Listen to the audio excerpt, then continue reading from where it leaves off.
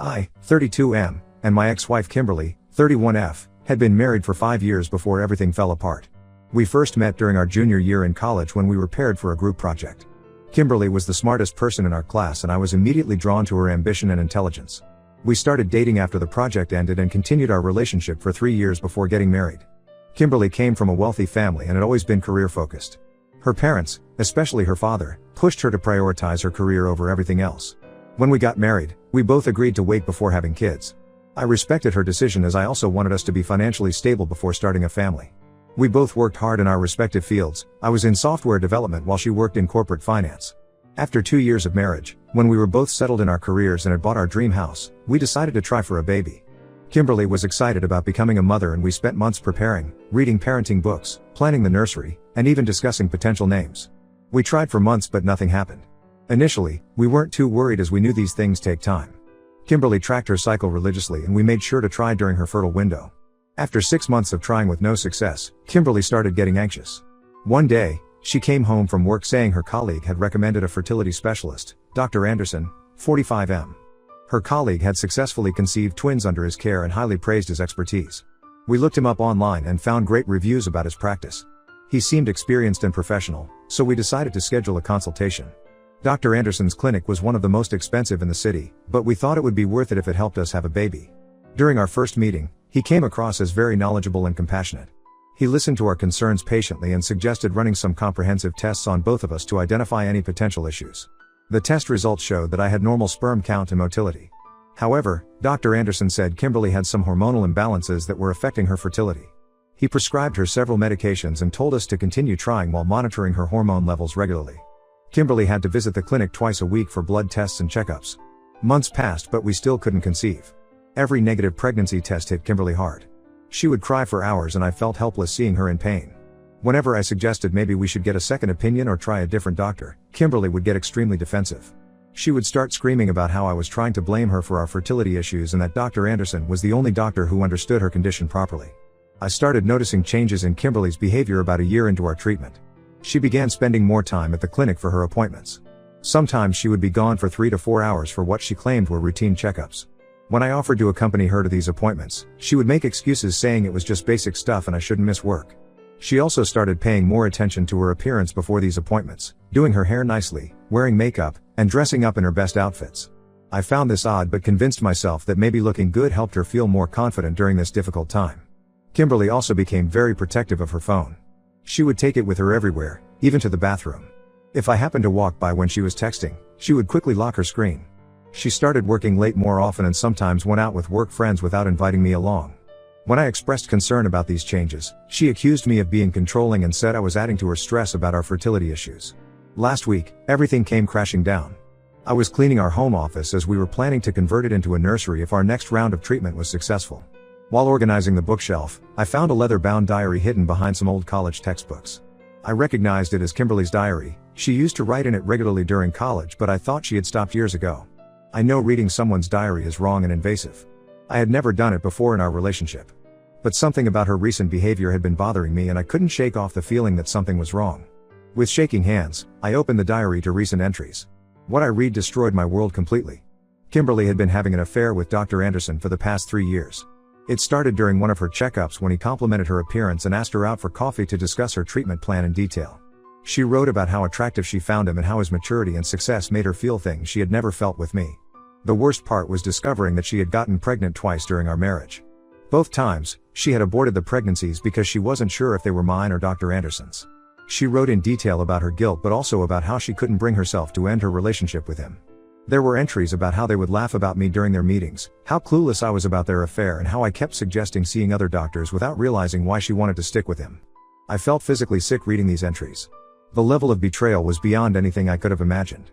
Not only had she cheated on me for years, but she had also killed our potential children without even giving me a chance to be their father. All those times I had held her while she cried about not being able to conceive, she had actually terminated pregnancies behind my back. I photographed several pages of the diary as evidence before confronting Kimberly. When she came home that evening, I asked her directly about her relationship with Dr. Anderson. At first, she tried to deny everything, saying I was being paranoid. But when I showed her the photographs of her diary entries, she broke down completely. Through her tears, she admitted to everything, the affair, the abortions, all of it. She tried to justify her actions by saying she had felt lonely and insecure about our fertility struggles. She claimed Dr. Anderson had taken advantage of her vulnerable state, but her diary entries told a different story. She begged me not to leave her, promising to end things with Dr. Anderson and find a new doctor. She said we could start fresh and try for a baby again. I couldn't even look at her. I packed some clothes and essential items and left that night. I went to my brother Mike's, 35M, place as he lived nearby. When I told him everything, he was furious but not entirely surprised. He revealed that he had seen Kimberly and Dr. Anderson having lunch together at a restaurant few months ago, looking very intimate. He hadn't said anything because he wasn't sure about what he saw and didn't want to create problems in our marriage without concrete evidence. The next day, I contacted a divorce lawyer and filed for divorce. I also reported Dr. Anderson to the medical board for having an inappropriate relationship with his patient. Thanks to the diary entries I had photographed, I had solid proof of both Kimberly's infidelity and Dr. Anderson's unprofessional conduct. My lawyer assured me that given the circumstances, Kimberly wouldn't be entitled to any alimony. Kimberly's family has been calling me continuously, saying I destroyed their daughter's life and career by reporting Dr. Anderson. They said I should have handled this privately instead of making it public. But I don't care anymore. Both of them deserve whatever consequences come their way. I refuse to be quiet about their betrayal just to protect their reputations. Update 1. It's been 3 weeks since my original post, and the situation has gotten even more complicated than I could have imagined. The medical board's investigation into Dr. Anderson opened up a massive can of worms that nobody expected. After my report, 5 other women came forward with similar stories about his predatory behavior during fertility treatments. 2 of these women were married like Kimberly and had also terminated pregnancies that might have been his. One woman, Lisa, 38F, was particularly devastated as she had been trying for a baby for over 8 years. She revealed that Dr. Anderson had manipulated her into a physical relationship by claiming he could fast-track her fertility treatment. When she became pregnant and expressed doubts about the baby's paternity, he pressured her into getting an abortion, threatening to tell her husband about their affair. Another victim, Rachel, 29F, shared an even more disturbing story. She said Dr. Anderson had threatened to deliberately sabotage her fertility treatment if she didn't comply with his advances. He told her he could either help her become a mother or ensure she never had children. The choice was hers. She gave in to his demands out of desperation to have a baby. When she finally did get pregnant, she immediately switched doctors, too afraid to continue under his care. The medical board suspended Dr. Anderson's license immediately after these allegations came to light. The police got involved when they discovered evidence of medical malpractice and potential insurance fraud in his practice. They're currently investigating whether he falsified medical records or prescribed unnecessary treatments to keep patients coming back. Yesterday, Kimberly showed up at my workplace unannounced. She was a complete mess, crying, makeup smeared, hair disheveled. She caused such a scene that my colleagues had to call security. She kept screaming about how I had ruined her life by reporting Dr. Anderson. Apparently, she lost her job at the finance firm after the scandal became public. Dr. Anderson's wife had tracked her down at her workplace and confronted her in front of everyone, calling her a homewrecker and exposing their affair to all her colleagues. Kimberly's reputation in our professional circle is completely destroyed. Most of our mutual friends have cut ties with her after learning about the abortions. She blamed me for everything, saying I could have kept this private and gotten divorced quietly instead of involving the medical board. She seems more concerned about her reputation than the fact that she betrayed me or that Dr. Anderson was preying on vulnerable women. Through a mutual friend, I learned that Kimberly and Dr. Anderson had been making plans to leave their respective spouses and start a new life together. They had purchased property in Colorado under an LLC, planning to relocate there after getting divorces. But as soon as the investigation started, Dr. Anderson completely cut ties with Kimberly. He blocked her number and told her not to contact him again as he tried to save himself from the legal consequences. My brother Mike suggested I get a restraining order against Kimberly as she keeps showing up at places where I might be. Last week, she tried to ambush me at our local gym. The day before that, she was waiting outside my favorite coffee shop. It's like she's stalking me, trying to get me to talk to her. I've documented all these incidents on my lawyer's advice. Kimberly has been desperately trying to contact my parents too. She showed up at their house last Sunday, crying about how she's jobless and can't pay her rent. She asked them for money, claiming that since they had always treated her like a daughter, they should help her in this difficult time. My parents were horrified by her audacity and asked her to leave. They've blocked her number, but she keeps creating new email addresses to contact them. Her parents have also started harassing my family. Her father, who always acted so high and mighty about his daughter's career achievements, now calls my parents daily to guilt trip them. He says we destroyed their daughter's reputation in society and owe it to them to help her financially until she finds another job. Her mother even tried to organize an intervention with our extended family members, claiming that I was being cruel by not giving Kimberly a second chance. The other day, I ran into Dr. Anderson's wife at the courthouse where I was meeting my lawyer. She approached me and apologized for not realizing what her husband was doing. She revealed that she had found similar journals in their home detailing his affairs with other patients over the years. She's filing for divorce and plans to testify against him if the case goes to court. She also mentioned that she had hired a private investigator who uncovered evidence that Dr. Anderson might have more victims who haven't come forward yet. The hardest part of all this is realizing how many lives Dr. Anderson and Kimberly destroyed with their selfish actions. Those women who came forward, their marriages, their dreams of having children, their trust in medical professionals, all shattered because of one man's predatory behavior and women like Kimberly who enabled him. Some of our mutual friends suggested that maybe Kimberly was also a victim of his manipulation, but her diary entries clearly showed she was a willing participant who enjoyed the thrill of their affair. I'm grateful that I found out the truth when I did, but some days the weight of everything feels overwhelming. My lawyer says the divorce proceedings are moving forward smoothly given the evidence we have, but Kimberly's constant attempts to contact me and play the victim are exhausting. I've started looking for jobs in other cities, thinking maybe a fresh start somewhere else would be best for my mental health. Update 2. 2 months have passed since my last update, and the investigation into Dr. Anderson has revealed even more disturbing details than anyone expected. The medical board's thorough review of his patient files showed that he had been deliberately giving false fertility diagnoses to keep patients coming back for unnecessary treatments. In Kimberly's case, they found that there was absolutely nothing wrong with her hormones. All those medications he prescribed, all those treatments we paid thousands for, they were completely unnecessary. The investigators found a pattern in his practice. He would typically target women from wealthy backgrounds or those with good insurance coverage. He would diagnose them with various fertility issues that were hard to disprove, then prescribe expensive treatments and medications. Many of these women, desperate to have children, never questioned his diagnoses or sought second opinions. Some of them went through years of unnecessary hormonal treatments that could have long-term health consequences. Kimberly tried to contact me through her lawyer last week. She claims she's struggling financially and unable to find employment due to all the publicity around the case. Apparently, whenever potential employers Google her name, they find news articles about the scandal.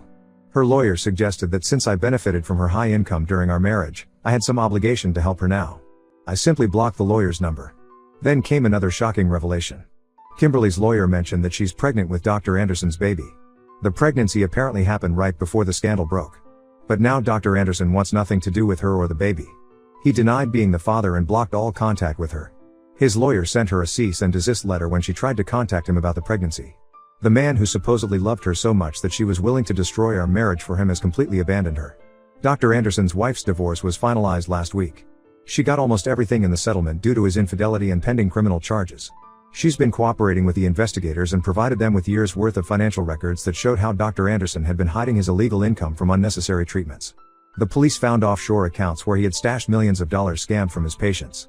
The investigation also uncovered that Kimberly might have been more involved in Dr. Anderson's schemes than initially thought. Some of his former staff members came forward saying she helped him falsify insurance claims and medical records.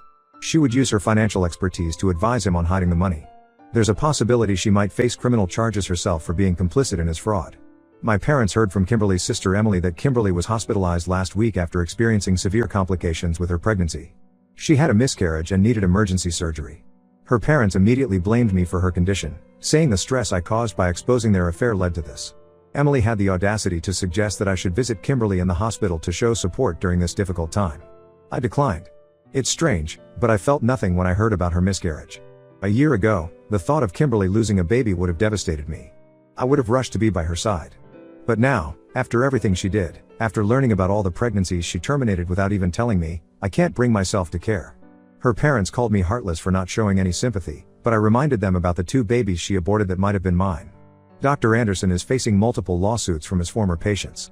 The medical board permanently revoked his license after finding evidence that he had been practicing medicine under the influence of cocaine. They found that he often performed procedures while high, putting his patients at serious risk. Some of his former nurses reported that Kimberly would sometimes bring him drugs, using her fertility appointments as cover. The district attorney is building a strong criminal case against him. The charges include medical malpractice, insurance fraud, drug possession, and sexual exploitation of patients. They're also investigating whether Kimberly and some of his other girlfriends could be charged as accomplices. The prosecutor warned that anyone who helped him commit these crimes would face consequences, regardless of their claims of being manipulated by him. I've stopped following the case closely as I want to move on with my life. But mutual friends keep updating me about new developments. They say Kimberly has become a shell of her former self. She's living in a small apartment paid for by her parents, as she can't afford rent anymore. Her once perfect life has completely fallen apart, and for the first time, she's facing real consequences for her actions. Update 3. It's been 7 months since everything happened, and life has taken many unexpected turns. The criminal trial against Dr. Anderson started last month, and it was even worse than anyone anticipated. He initially tried to plead not guilty, claiming all relationships were consensual and any medical decisions were made in good faith. However, when prosecutors presented evidence from his phone and computer, showing how he bragged to friends about manipulating vulnerable patients, he changed his plea to guilty. Dr. Anderson was sentenced to 5 years in prison and ordered to pay $2.8 million in restitution to his victims. The judge was particularly harsh in his sentencing remarks, calling him a predator who abused his position of trust to exploit women at their most vulnerable. Several of his victims gave impact statements during the trial, detailing how his actions destroyed their marriages and their dreams of having children. Kimberly was called as a witness but ended up invoking her Fifth Amendment rights to avoid self-incrimination.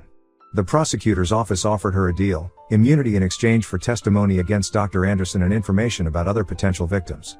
She took the deal and revealed everything about their scheme. It turned out she had helped him launder money through fake companies and warned him whenever insurance companies started asking questions. After the trial, Kimberly moved back to her hometown 3 states away. Her sister told mutual friends that she's working as a receptionist at a small medical clinic, quite a fall from her previous 6-figure corporate job. She sent me a long email last week, apologizing for everything. She wrote about how she's in therapy now and realizes the magnitude of what she did. She said she thinks about the babies she aborted every day and will never forgive herself. I read the email but didn't respond. Some wounds are too deep to heal. A few of our mutual friends have been suggesting that I should forgive her now that she's suffered enough. They say holding on to anger isn't healthy and that she's clearly learned her lesson. But they don't understand that this isn't about punishment or revenge anymore. The trust is broken beyond repair, and I've moved on with my life. I sold our house last month. I couldn't stand living there with all those memories. I kept seeing signs of her betrayal everywhere: the home office where I found her diary, the kitchen where we'd excitedly discussed baby names, the bedroom where she probably texted him while lying next to me. The house sold quickly, and I used the money to buy a condo in a different city where I accepted a promotion. My family has been incredibly supportive through everything. My parents, who once loved Kimberly like a daughter, have come to terms with what happened. My mom said she's grateful we found out before having children with her. Mike and his wife have been amazing too, always including me in family events so I don't feel alone. I'm not ready to date yet, though I've had opportunities. The whole experience has made me cautious about trusting people. Sometimes I still get angry thinking about their betrayal, not just the affair, but the calculated way they deceived me for years. But I know I made the right decision by exposing them instead of keeping quiet. Who knows how many more women Dr. Anderson would have victimized if someone hadn't stopped him. I've learned that sometimes the people closest to us can cause the most damage, but that doesn't mean we should stop living. I'm focusing on my career, reconnecting with old friends, and planning a trip abroad next year. Life isn't what I imagined it would be at this point, but maybe that's not such a bad thing after all.